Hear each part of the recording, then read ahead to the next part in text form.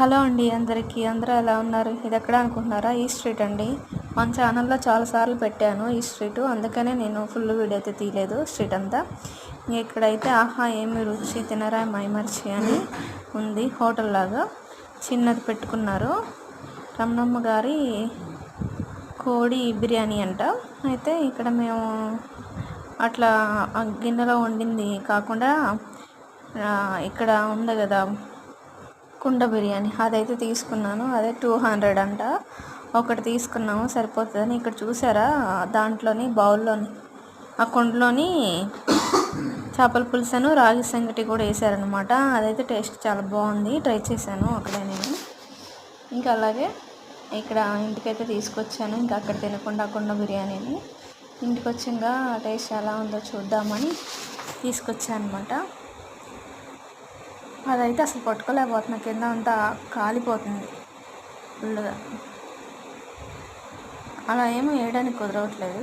మళ్ళీ ఇంకా తీసేసి దాని మీద పెట్టేసి అట్లా బోర్లు ఇచ్చేసాను అనమాట మొత్తం.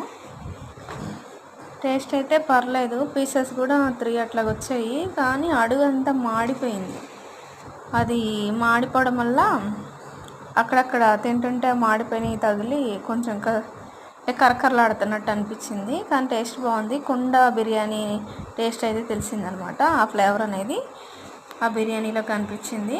కుండ అయితే భలే ఉంది కదా. ఇంక నేనైతే ఈ కుండని అయితే పడేయలేదన్నమాట. ఫస్ట్ అయితే పడేయకుండా దాన్ని మొత్తం తీసేసి క్లీన్ చేసి నీట్గా కడిగేసి పక్కన పెట్టేశాము. క్వాంటిటీ కూడా పర్లేదు, బాగానే ఉంది. ఒక మనిషి తినేయచ్చు. ఇక్కడైతే నేను మా వారు తినేసాము. ఇంకా మిగిలిపోయింది బయట కుక్కలు ఉంటే వాటికి కూడా పెట్టేసాము అనమాట. అంటే ఎక్కువ తినలేకపోయాము బిర్యానీ, అంటే అక్కడక్కడ మాడింది కదా, దానివల్ల తినలేకపోయాము. పీసెస్ చూసారా, అవే అనమాట. 3 పీసెస్ వచ్చాయి. ఇది స్ట్రీట్ అక్కడ ఉందండి, ఒకసారి మీరు కూడా ట్రై చేయండి. టేస్ట్ అయితే పర్లేదు, బాగానే ఉంది, ఒకసారి తినచ్చు. ఇంకా అవే కాకుండా బొంగులో బిర్యానీ అవి కూడా ఉన్నాయన్నమాట.